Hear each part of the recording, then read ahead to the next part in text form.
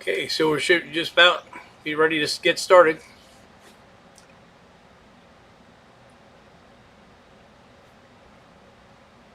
If anybody's on right now, let me know if you can hear me.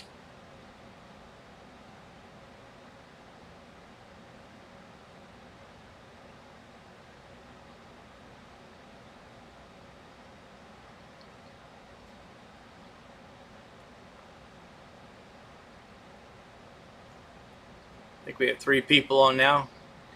Can anybody hear me? Anybody sign on? This is a new setup I have, so I'm not sure how good it's working.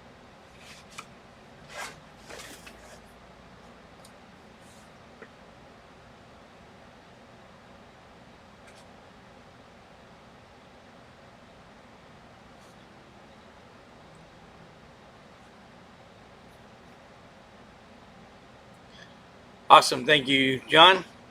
Appreciate that. I think there's a little delay on here, so we'll see how that goes. Let me go ahead and bring this up full screen. I went ahead and got a different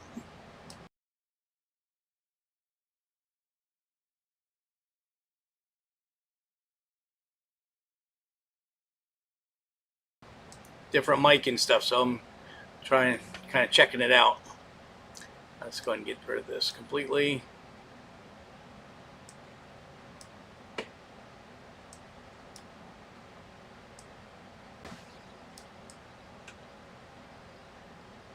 Let me get the full screen.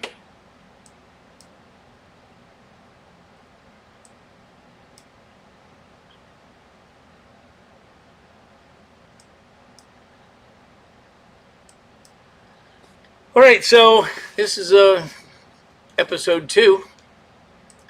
So we're still figuring out how all this works and stuff like that. Guess we'll get a couple more minutes. Only 6:01. Get more people on, and we'll start the show. Got a couple of little things to talk about tonight. Hopefully some viewers can chat in and we can make some more discussion about different things. Let me change the screen here a little bit. There, that's a little better.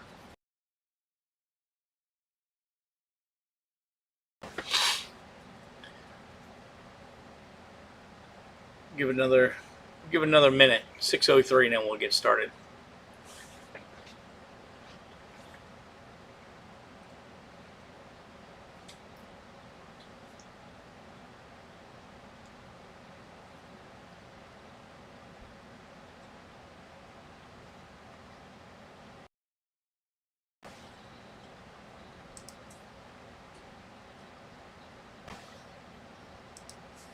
I don't know why I just did that.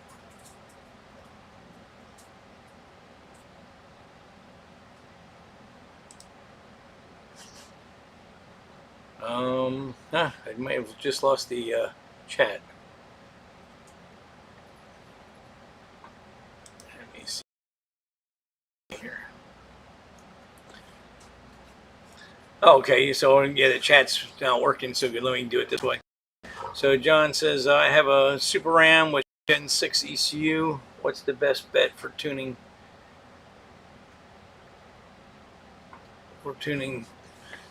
So you have a Super RAM and you want to eliminate the Gen 6 and put a Holley Terminator on. That would be a good choice. What engine, what distributor do you have? That would be something you'd have to look into. You could probably use the Accel. Well, you had Gen 6, so you wouldn't have had a dual sync in that. You probably had an HEI or something like that. But let me know. Hang on, I gotta let the dog out. Hang on. Get up. Sorry about that.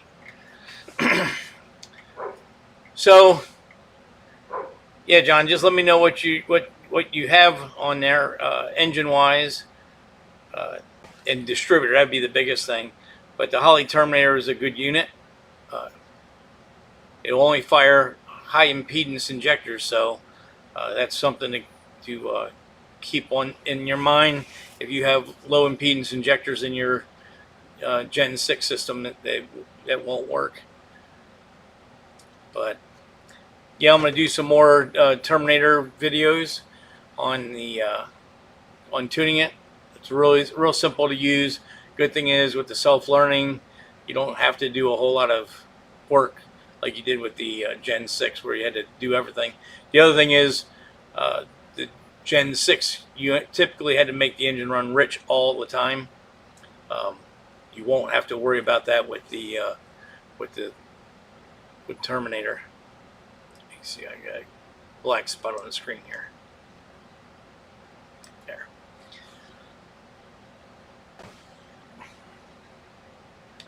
HEI with 385 AFR heads, yes.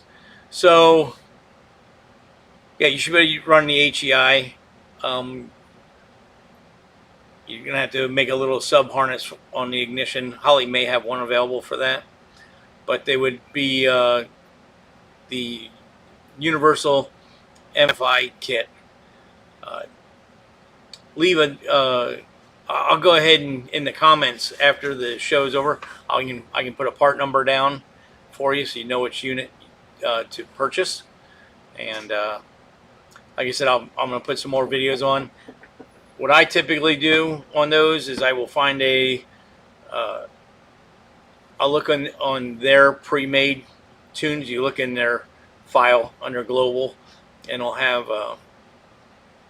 GM, and then you can go, or Ford, whichever, and then you can open that up and then find a motor that's kind of close to yours, and then mainly it's a 1-bar, and then just use that tune and then fire it up and let the computer pick up and change the what it'll do is make a learn table, and the learn table can be transferred over.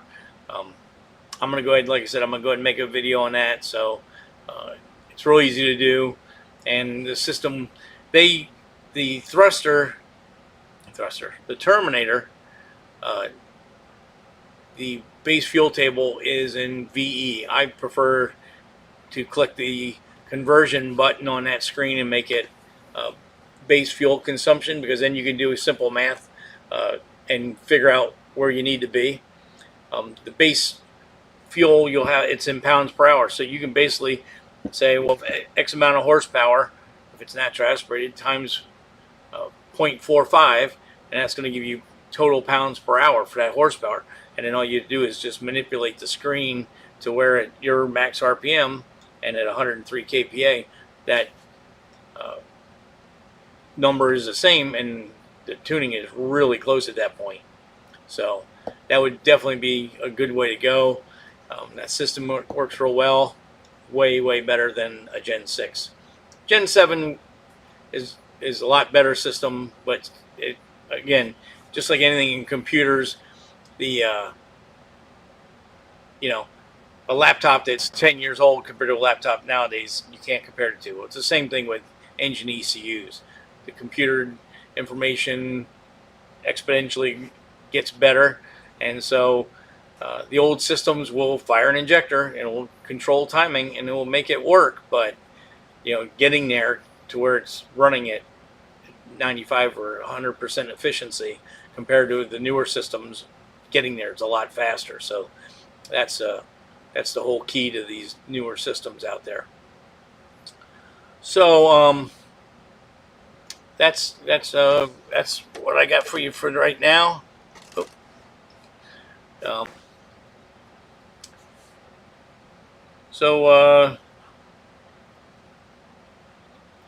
Well, yeah, John, I see you said convert to E85. Here's the awesome thing with the new systems. Now, you put a flex fuel sensor in the return line, and then in the help section, or information's all over the internet. I'm going to go ahead and make a video on that. The flex fuel sensor, you can connect to an input on your computer, and now the vehicle is a fuel vehicle. You don't have to make a tune.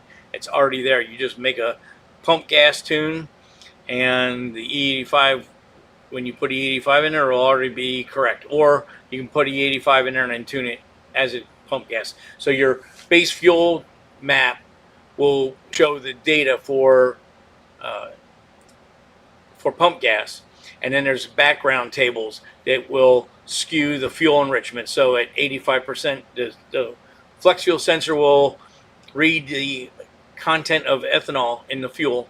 So say you have true E85, so that sensor will scroll over on a uh, one dimensional graph that you generate, and that graph will then say, okay, at E85, we're going to add 29% fuel. So it does it automatically, seamlessly in the background. It also skews the oxygen sensor, the wideband sensor, so it knows that the sensor, because um, the storage of each fuel is different. So it's going to skew that, so that way the sensor is reading properly. Even though it's set up for pump gas, it'll read properly for E85 or whatever amount of ethanol content you have, because it's a 0 to 100 graph. So you can read it anywhere in that graph. And you can also put a timing table where it will skew timing. So my personal car, the 50 I used to have, the 1950 Chevy, had LS1 in it. I had 8 degrees of timing. So when I was running E85, actual E85, the timing map was advanced 8 degrees, and the fuel mixture and everything was perfect. I ran that car for 4 years like that. On the rare occasion I couldn't get E85 on the highway, something like that, I've put pump gas in it before, and it ran seamlessly. You never knew there was any issues. You never knew that the fuel was changed or anything, except for the smell was much worse. E85 has almost no carbon smell out of it, so it doesn't make your eyes water or anything crap like that. My car didn't have air conditioning, so and I would drive on the highway with the windows up and the vent windows open, 280 air, and I never knew it. With the E85, the car never had a smell in it and drove fine. Boy, as soon as I put pump gas in it one time, my eyes were watering. I knew there was a big issue there, so I had some leaks in the body. But one of the great things of the Holley platform is that there are 1D and 2D tables in the I/O that you can write to make them do whatever you want to do. The one caveat to that is on the Terminator, you only have 4 inputs and 4 outputs, so you can only do so much. But like in my car, I had a Dominator. I had 40 inputs, 40 outputs. I made traction control. Had flex fuel. When I ran nitrous, I ran the nitrous dry. The fuel was added through the injectors, so it's simple pound per hour of nitrous versus fuel, and the tune is right. You don't have to worry about I mean, you want to still read plugs and stuff, but the jetting was perfect. It runs flawless. It already has the TPS switches and arming switches and all that stuff are all built into the ECU. So it was just a matter of turning on, timing retard, all that. So one box did everything. You can do all that with a Terminator. Also, the one caveat is there's only 4 inputs and 4 outputs, so you have to choose wisely. Now Holley has a I/O, an additional box that goes on that will give you more inputs and outputs, but that's, from my understanding, I've never used one, but from my understanding, that is more for data logging and for data collection. I don't think you have as much control. So you could do some of your, well, it has outputs, so you probably could still turn on cooling fans and stuff like that with it. I haven't worked with that. I'm speaking out of turn on that, but very good system.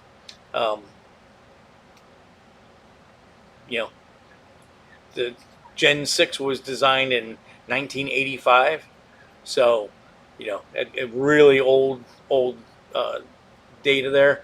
Even the Gen 7 was designed in 2000, actually 99.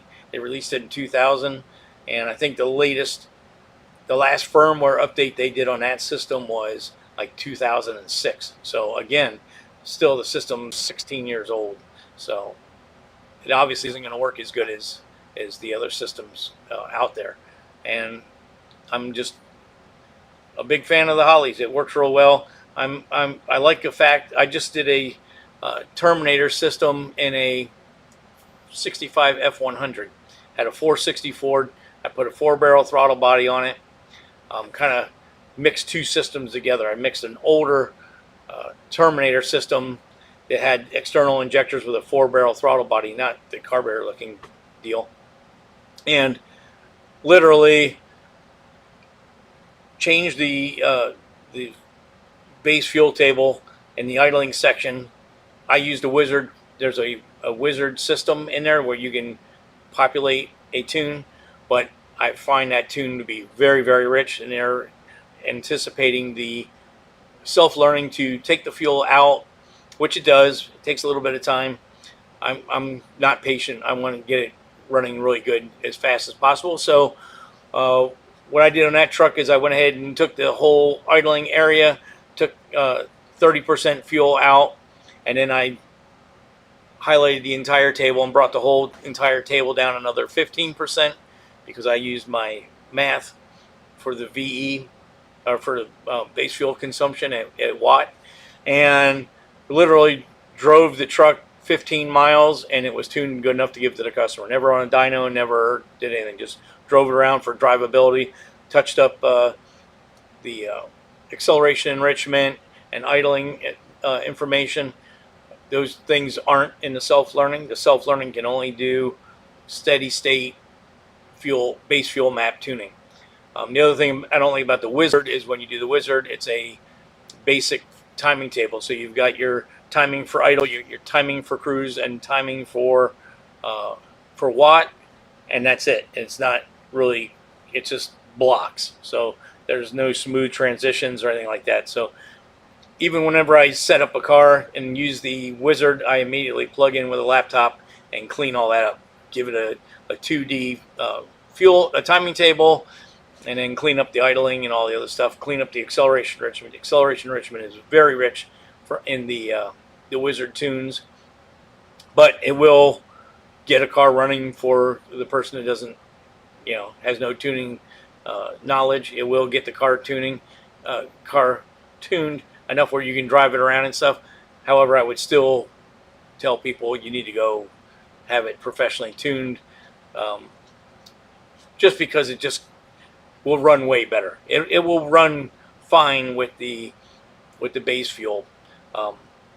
One of the issues with leaving the wizard tune in there, so you're driving it around, the base tune was way rich. It's sick. The learn table's taking 20-30% of fuel out, whatever it was, and then your O2 sensor goes bad.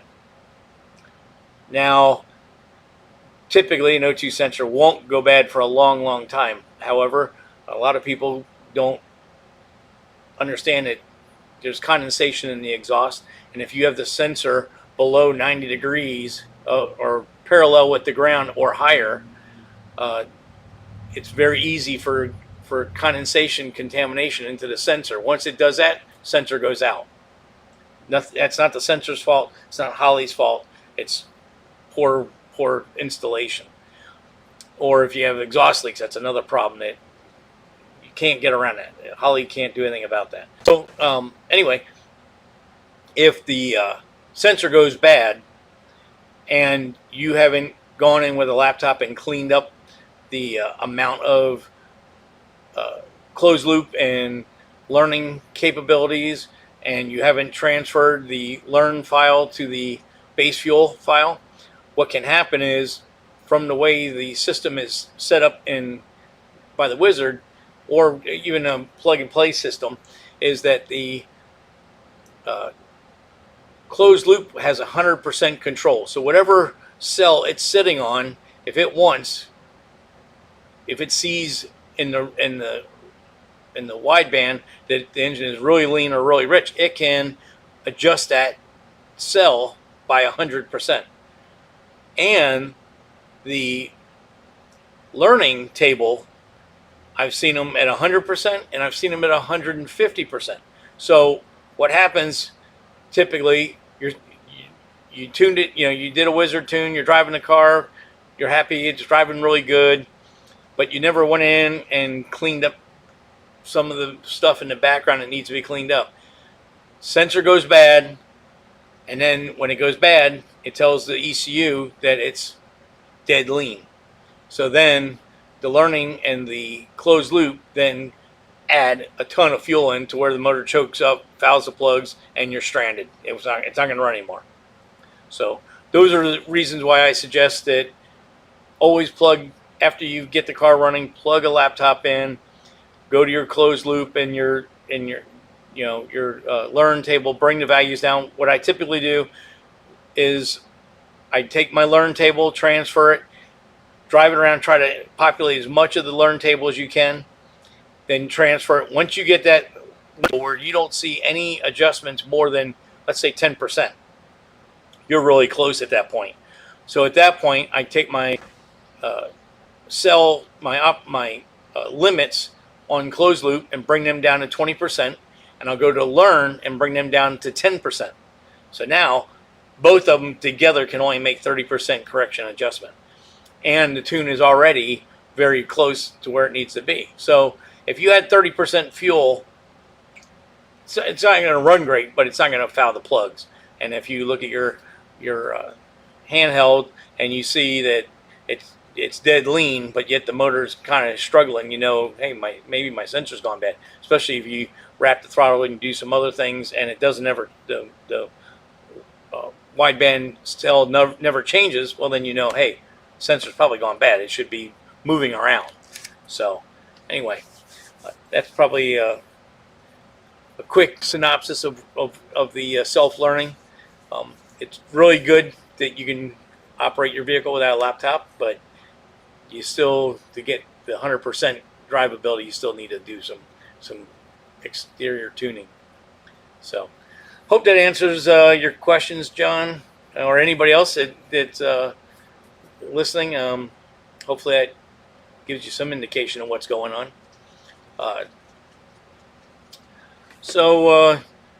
Didn't really do any car shows or anything this week.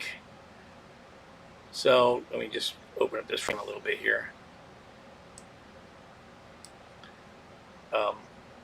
So we had the big travel last week. Went to Columbus and did that whole thing. That was great.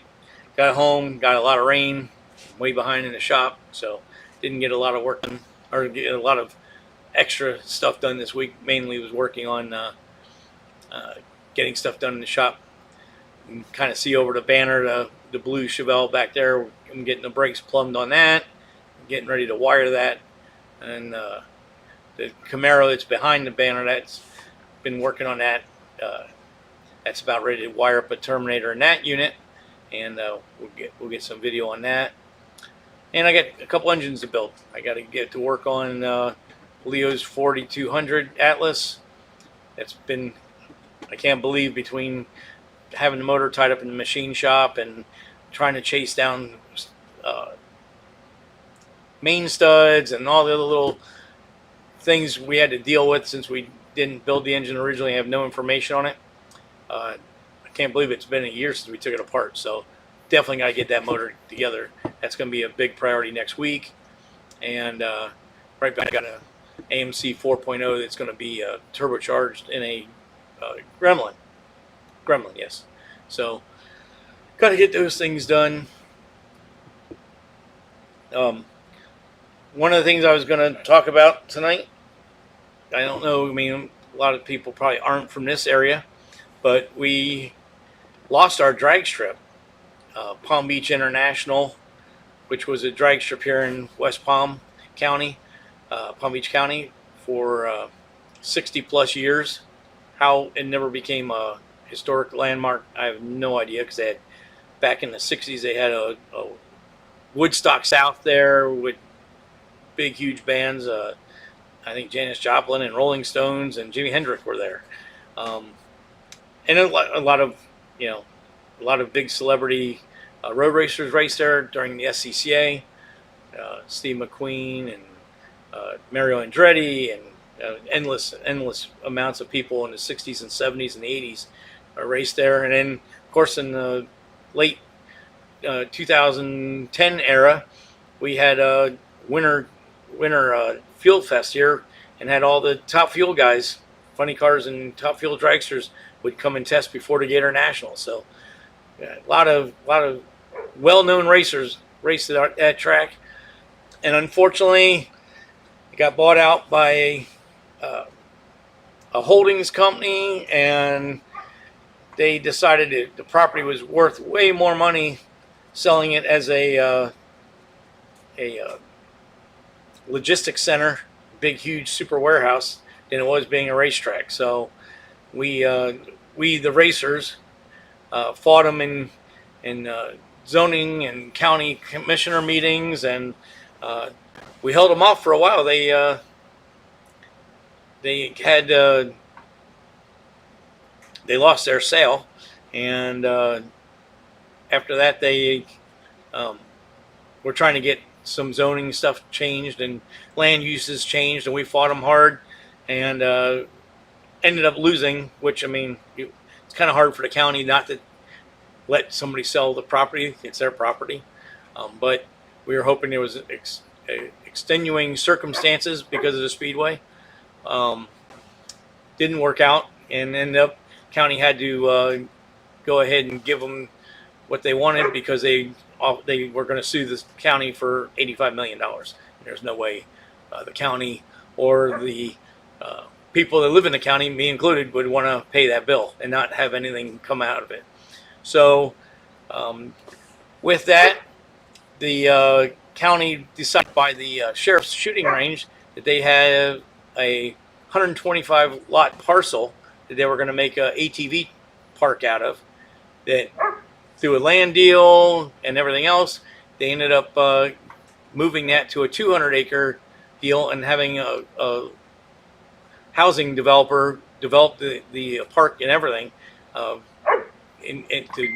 take care of that. So it freed up this 125 acre spot. I think I've got some pictures here. Let me see if I can bring them over here. Let me see. I got to close myself up a little bit here.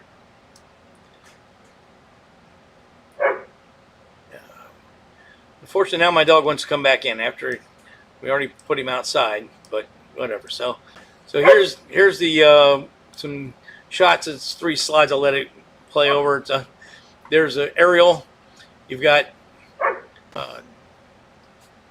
Southern Boulevard and the 20-mile bend. There's a close-up of it. And then there's that little number 7 looking piece of property. That's the actual sheriff's shooting range. And there's a little sliver of property between the 125 acre and the shooting range that the county had set aside for the sheriffs, and the sheriff department said they have no plans on ever developing that. So we're hoping we maybe get some be able to use that property also to add probably another 20-30 acres to the lot. So we had a town hall meeting. This district is District 6, and Sarah Baxter is the county commissioner of that area. And luckily for us, she comes from a racing family. Her sons and her husband race sprint cars, and I think they have a repair business also in West Palm. So she's like, hey, why don't we make a racetrack? We already got a gun range out there. It's already making a lot of noise. There's the closest houses to this property are basically the same distance as Palm Beach was to the neighborhoods that were around that. So sound litigation should be great. And who knows? Maybe we can get lucky. So that right now they're waiting. They have an open thing till October for I think it's called a PFR. So it's for investors to show what they want to build and how they're going to use the property. So what Commissioner Baxter said, it's going to be $1 a year lease. So somebody's going to get $50-60 million worth of property for $1 a year, and their county's willing to sign a 50 or 60-year lease. So they definitely would be able to come in and build a motorsport facility and run it and be able to recoup their money for that. The county said they're going to, something in the paperwork, they're going to make sure that it doesn't ever get sold. It would never be on the market. It'll always be county-owned property. So good, it's going to be a while, but hey, we may have another speedway here in the area. And in the town meeting, people were discussing what they wanted to see. Some people were talking about a quarter-mile drag strip. I think that's kind of a waste. The eighth mile is what everybody's racing nowadays, and it'd make more room for other things to be done at the facility. Some were talking about road course. Some were talking about oval track. Some were talking about, so you got to figure out what you could fit in there. Definitely would want a big parking area they could use for a skid pad, so you could use it for manufacturers could use it for R&D facility, because that's something on a racetrack. You're going to spend, $15-20 million building this. You're going to want it to be able to be used all the time. So a couple test and tune nights, a drag strip night, whatever venue they have. If they put a rounding round track in, they could pave the infield and do drifting events. Definitely could do autocross. I would be all in for autocross.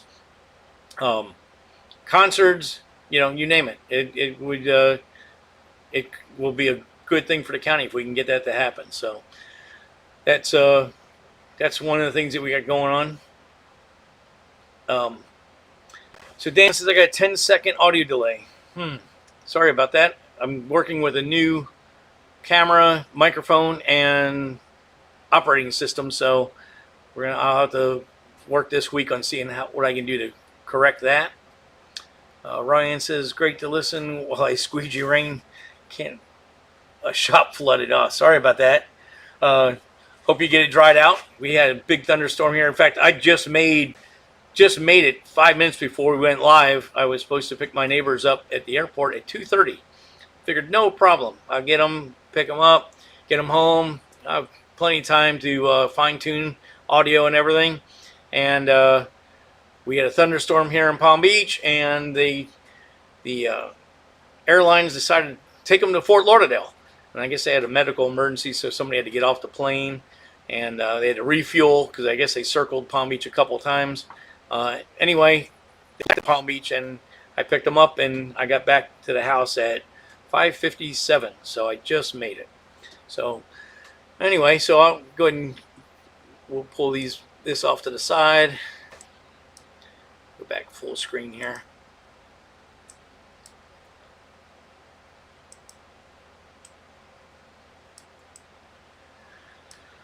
All right, Dan says he spoke to Holley and they have no answer on the low RPM stumble. Very aggravating after spending over 15K. I'll keep calling him until I get some satisfaction. Unfortunately, Daniel, your system, you're talking about your Mustang, that sniper system, they don't have the background information for the IAC control. That's where that stumble is. So basically what I contribute that problem to is there's a parked position for your IAC. So when you're driving down the road and you got throttle at anything over idle, so you got throttle at 10%, 18%, 20%, on the Terminator and on HP and most other systems, you have a IAC parked position versus TPS. So what you would do then is you open the IAC to about 60% TPS at an opening of over 10% TPS. You open the IAC to 60% open. So when you close the throttle to come up to a stop, if the IAC's open, it grabs the RPM and slowly tapers it back down to idle because the computer sees TPS is now at 0 because you're off the throttle, and it knows that it wants to control idle at your controlled speed. But the IAC is already open, so it'll gradually let that taper down and come to idle smoothly. that is adjustable in the sniper system. That is something in the background, so there's no way to get to that to fix that. I've been thinking about a workaround for it, but I haven't come up with anything that would be worthwhile trying. I know you're a couple of miles from me, so we try to get time and no rain. Of course, we've been getting rain every day, and so I know you won't drive your convertible down here and get rained on. But I am thinking about that, and I'm trying to come up with another solution. The only other thing to do is I can tell the guys in tech at Holley, and you could tell them in tech and Holley, and maybe the next version of firmware they make an update for the sniper, they could add that into the software. It's in the computer. The computer is operating that. We just don't have a way to adjust it.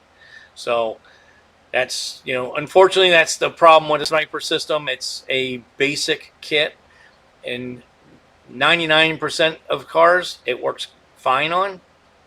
And the reality is, if you really want an awesome running fuel injection system, you really have to step up to a Terminator or something else.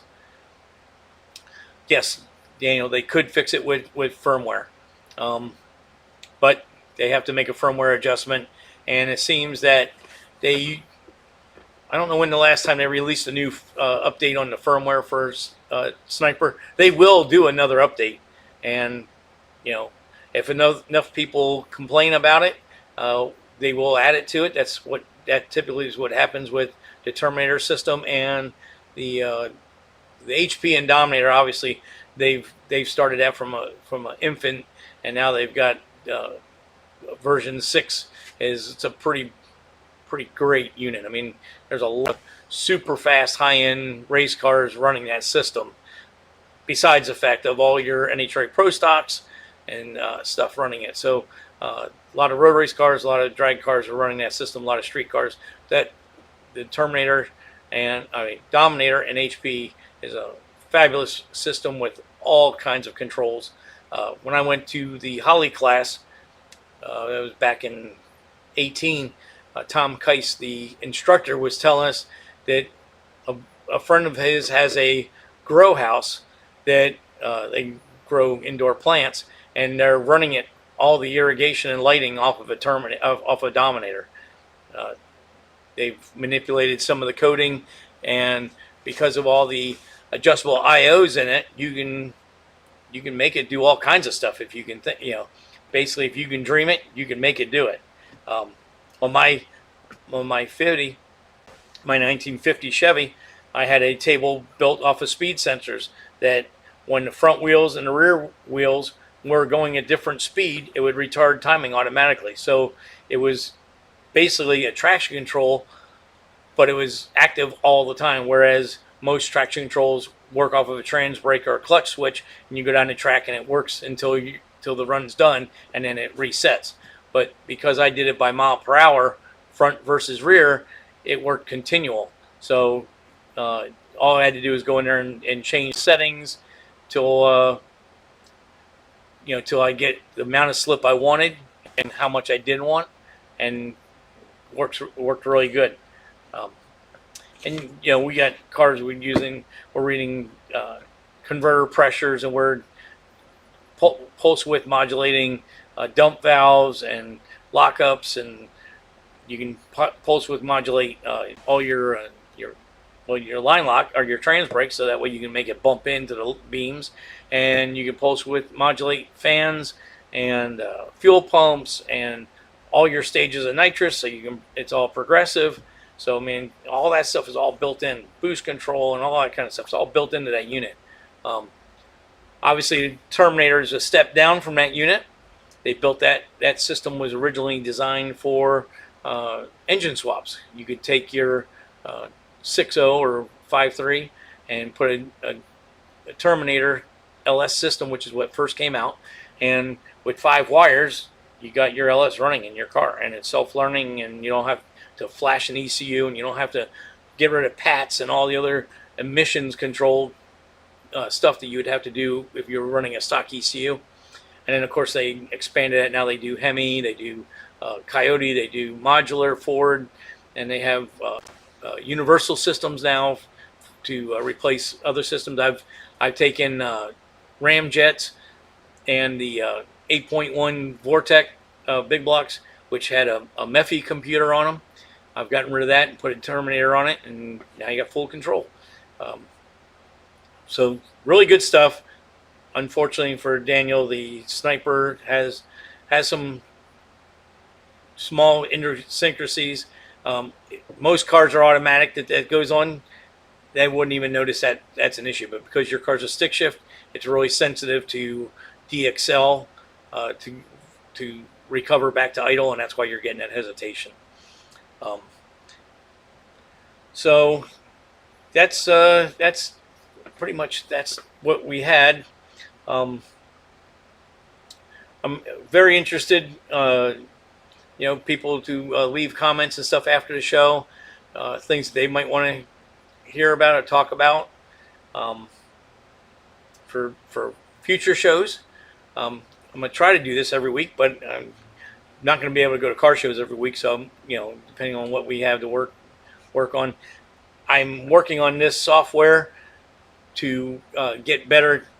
Supposedly I can I did that one little slideshow, but I'm hoping that eventually I can, put in pictures of projects that we're working on, and maybe mini videos and stuff like that. The operating system is supposed to be very good for all that. I've watched YouTube on the system I'm using, OBS, and it seems that it does a lot of really good stuff, but I don't know how to do it, so I got to figure it out. So that'll be, what I'll be doing this week and next week and the week after that, trying to, in between all my time, learning how to manipulate this program. I noticed, I'll take note that we have that 10-second audio delay. Try to get that straightened out, and I don't. If anybody has any other issues with the stream, let me know, so that way I know things I can straighten out on that. It's weird. I'm looking at I'm thinking about that 10-second audio delay, and I'm watching my audio mixer, and it's following my voice. So I don't know why it's got that delay, but we'll work on that and see what we can do with that.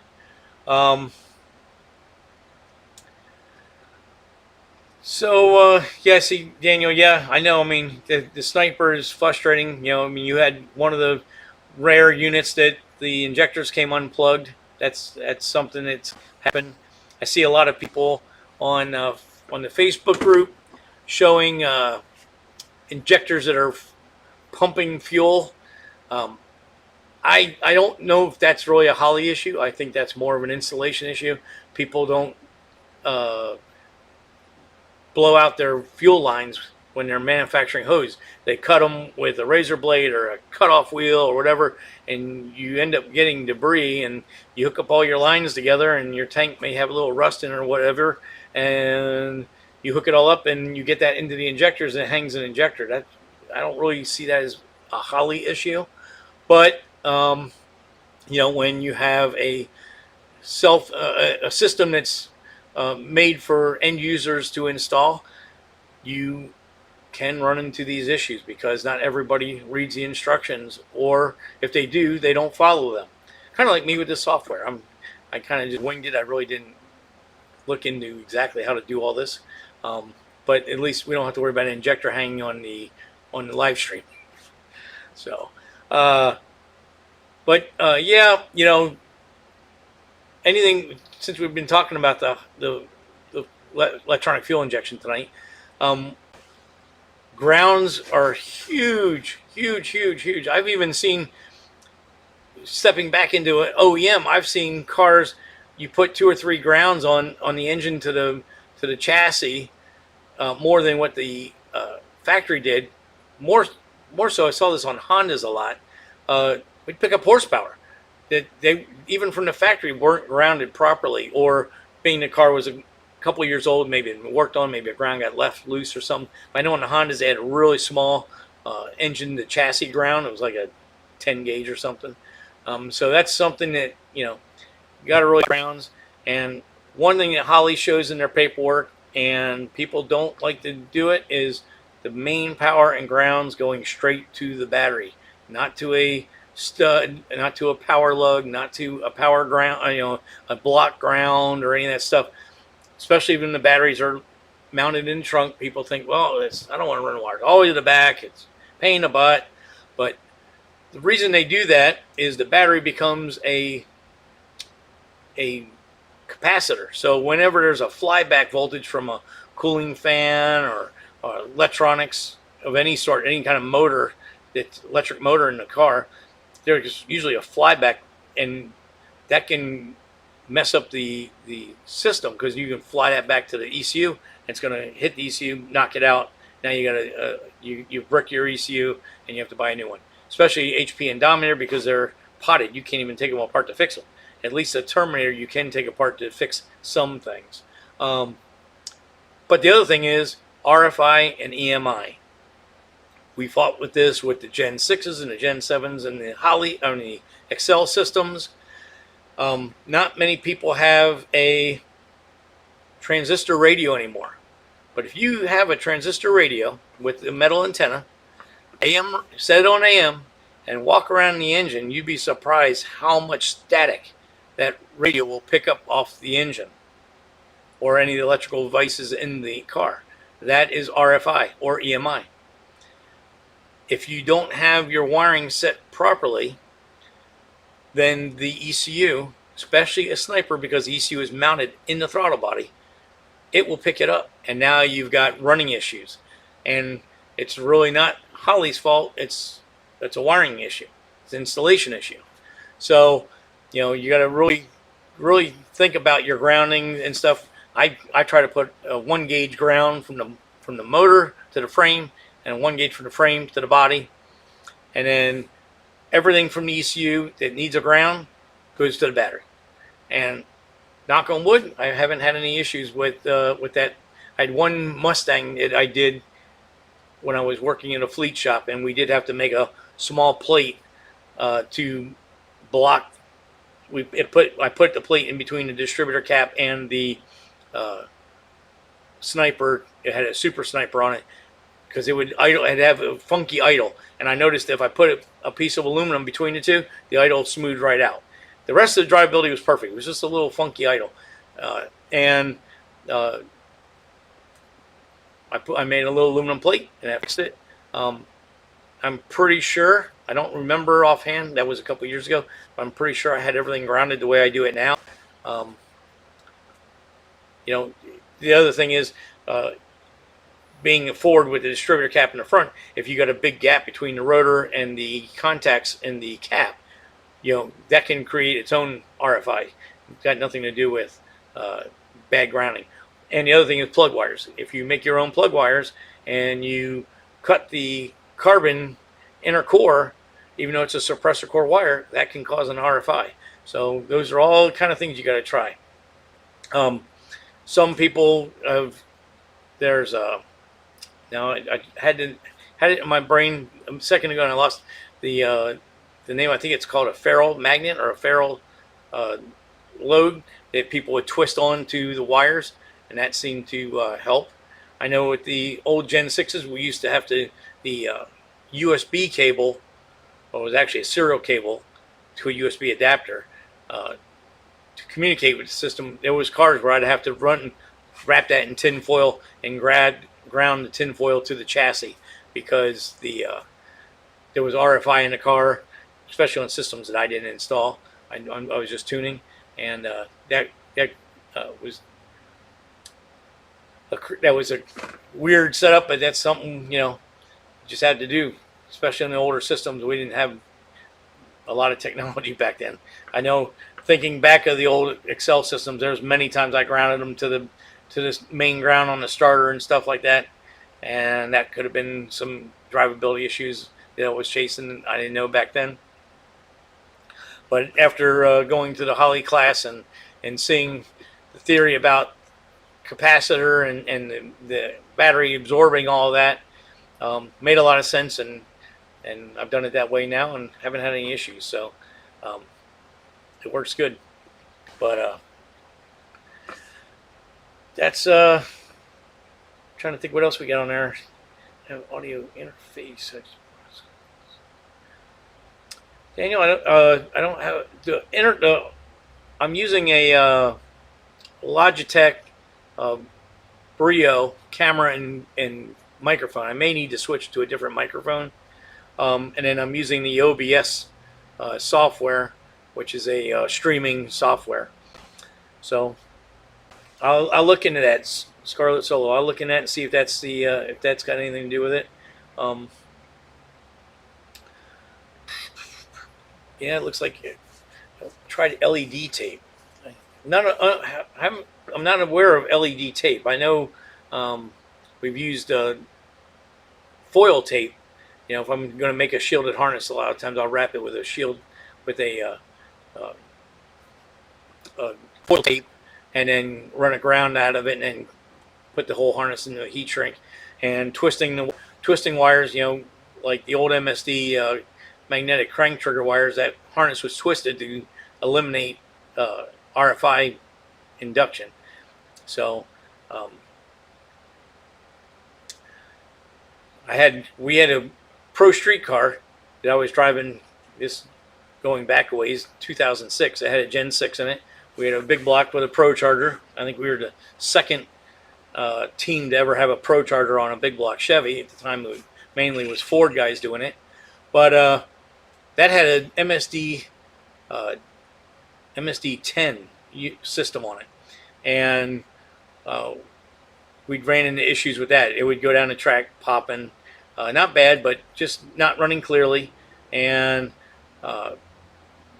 realized that we had the MSD 10 coil wires, which are, I didn't know at the time, but found out shortly after that they're 480 volt triggered to the coil. That's how they were getting more spark out of it, because it was supposed to have as much power as a magneto.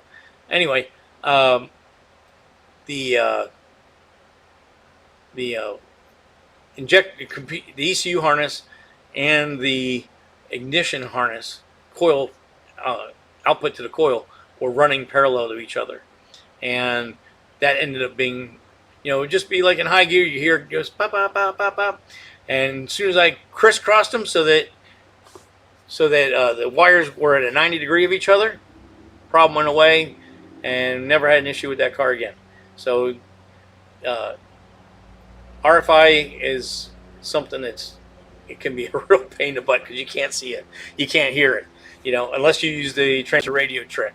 But other than that, you don't know if it's there or not, and it's just one of those deals that you gotta, you know, if you got an issue, before you blame anything else, you got to look at the whole system and see, you know, make sure everything is done right and grounded properly and powered properly, and good connections. You really got to, I did on one of my videos, I think it's the Terminator video, part 1 and 2 on the 68 Camaro, I show proper crimping tools. That's really important on all this computer stuff, because you've got all these computer connectors that we're using from OEM connectors, whether they're Delphi, WeatherPack, or Deutsch, and each one has a specific crimp, and there's also specific amperage that the connectors will take. So you don't want to use a connector that's only rated for 5 amps and put a 40 amp wire going to it. It doesn't work. Seen that a lot of times on fuel nitrous systems, when you're trying to run a big can nitrous solenoids, and you use an old WeatherPack connector. It's only good for 10 amps, and you got 2 solenoids or 4 solenoids that are feeding that thing, and you can get bad connections there. So, you know, you got to pick the right stuff and get the right tools to crimp everything. And when you do all that, it comes out really good. I'm going to be doing a wiring video on that blue Chevelle shortly, and one of the things I do, that car is getting a Terminator, but it's getting a complete wiring harness also, is I break down, I'll make a drawing of the car, and not very good drawing, but just, you know, a line for the firewall, square for the engine bay, square for the interior, and a square for the trunk. and then I'll put I use color pens, and I put where all the components, tail lights, brake lights, gas tank, fuel pump, gauges, you know, electric windows, electric door lock, stereo, fuel injection, whatever's in the car, cooling system, AC. And what I do then is I try to plot where all this stuff is going to go, so I can kind of figure out where the wiring needs to go, so there's not redundancies, and also so we can figure out what kind of connectors we need to do and stuff like that. And it also works good for down the road, because now you have some idea where things are, and depending on how elaborate you get, wire colors and everything. So that's, it's good to plan these things out, kind of make a blueprint of what you want to do. It just makes it go way easier. I know people are really freak out about wiring, but it's very simplistic if you look at it that way. Take your time, make the right connections, lay it out properly so you don't have any issues there. For me, a lot of times when, like that Chevelle, I'm doing a painless harness, I end up taking that harness completely apart, because they're building that harness for end users. So they say, well, we'll just put all this stuff here, and that should be where you need it. But to really make the system clean and, in my mind, make sense, I don't want wiring to go across the dash to come out the other side when it doesn't need to be there. So I usually take them, I make my blueprint, take them all apart, and then I move everything to where I want it, re-crimp everything. And when you're done, you end up with a much smaller harness, cleaner. And the beauty of most of these wiring harness kits now is they have all the writing on them, so you know where they go, so the person behind you can follow through pretty easily. I see Daniel said lead tape, not LED. Gotcha. Yeah, I've heard. I think that's what the magnets, ferro magnets, or whatever, ferret magnets that people are talking about. I think that's kind of the same thing. My stepsister's on. Hello. I see you say sounds good. No delays on your end, so maybe it's an internet streaming thing. I don't know. So we did a pretty good night on fuel injection tonight. I didn't even know that was what we were going to talk about, so that's pretty cool. There's good information. If people are on Facebook, there's information on Facebook. There's a Accel Gen 6, Gen 7 support group. That's a pretty good group. You don't get too many haters on that group when people are asking questions and stuff.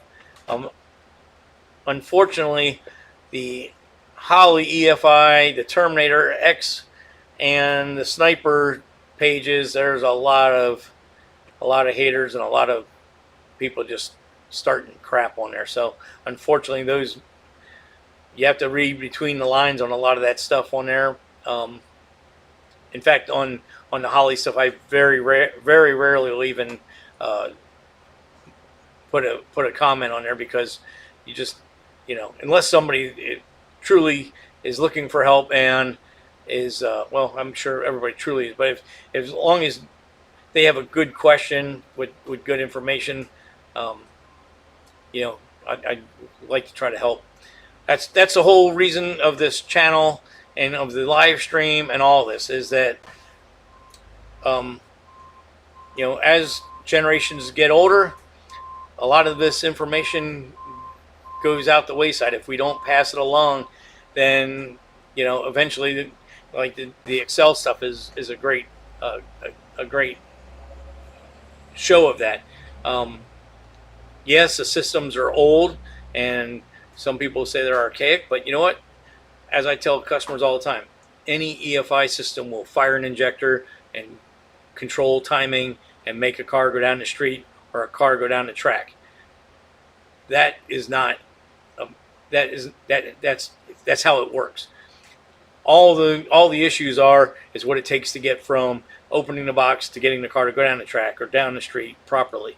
That's where the differences in all these systems work.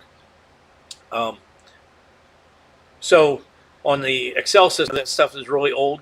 I don't even know how many MX at one time.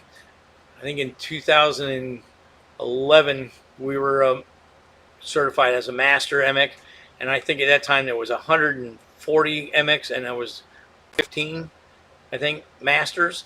And I don't even know if any of those companies are even in business, or if they moved on to other fuel injection systems or what. But I mean, if you Google stuff on the internet, it's very hard to find. And my best friend's got a Gen 7 running his bracket Camaro on E85, and it's been in the car since, I think we put that car together in 2001, I think, and it's been running a big block bracket racing all these years. They were a very high-end system at the time they were made, and they still fire injectors and set timing, or control timing, so they still work. And it was a very good circuitries and stuff, so they were, very, very seldom do you ever see any issues with them. Most of the time when I sent the Holley, the Accel systems back, it was to get firmware updates, because you had to physically send it back to Accel, to do that. That's one thing nice about the newer systems. We can do the firmware flashes ourselves. That's an awesome thing, and they seem to be pretty good about making new firmware. So Daniel, hopefully they'll come out with a new firmware, and they'll give us some IAC controls so we can get your Mustang running good. Well, that hour went by super fast. I hope everybody enjoyed this episode. We'll leave it there. I'll give it a couple more minutes in case somebody's got something they want to bring up. But otherwise, I think we're gonna, we'll end it here, and we will try again next Tuesday, 6 p.m. I do believe that there will be one Tuesday in August I won't be able to do an episode, because we'll be taking the Smurf to Orlando for testing. They have a private test on Tuesdays, so I think that's a possibility that we may be testing on a Tuesday. If so, I will let everybody know ahead of time, so that we know that that would be it not be an issue. So I don't see anything new on the chat, so I guess I've answered everybody's questions, and I rambled on for long enough that you're tired of hearing me. So with that, I will say good night, and see everybody next Tuesday. Good night.